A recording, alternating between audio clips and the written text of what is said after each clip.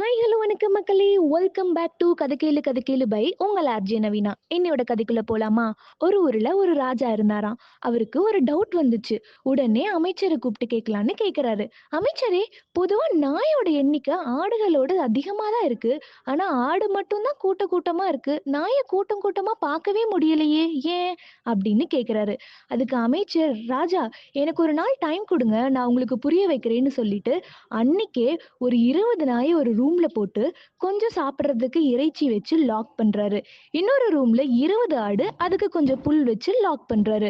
அடுத்த நாள் ராஜா, நீங்க கேட்ட கேள்விக்கு பதில் சொல்றேன்னு கையோட கூட்டிட்டு போறாரு. ஃபர்ஸ்ட் நாயோட வச்ச ரூம ஓபன் பண்ணி பார்த்தா எல்லா நாயும் ரத்த கரையோட மயக்க நிலையில இருக்கு. அதுக்கு வச்ச சாப்பாடும் அப்படியே இருக்கு.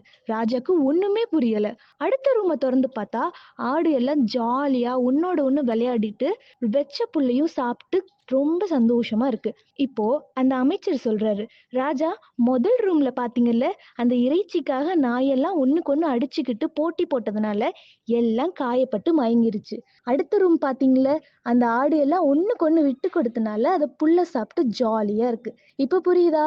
நாயெல்லாம் என் கூட்டமா இல்ல, ஆடு எல்லாம் என் கூட்டமா இருக்குன்னு. நாய்களுக்குள்ள இல்லாத விட்டு கொடுக்கிற தன்மையும் ஒற்றுமையும் ஆடுகிட்ட தான் இருக்கு அப்படின்னு ராஜாவுக்கு புரிய வைக்கிறாரு.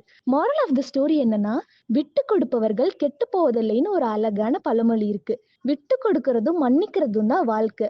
ஆனா வாழ்க்கையோட போராட்டமே யார் விட்டு கொடுக்கறது யார் மன்னிக்கிறதுங்களா தான் இருக்கு. நான் தான் நீதான்னு ஒருத்தருக்கு ஒருத்தர் சண்டை போடாம விட்டு கொடுத்து போனா லைஃப் ஸ்மூத்தா இருக்கும். கதை பிடிச்சிருக்கும் நம்புறேன். மீண்டும் இன்னொரு கதையோட உங்களை சந்திக்கும் வரை உங்களிடமிருந்து விடைபெறுவது நான் உங்கள் ஆர்ஜே நவீனா.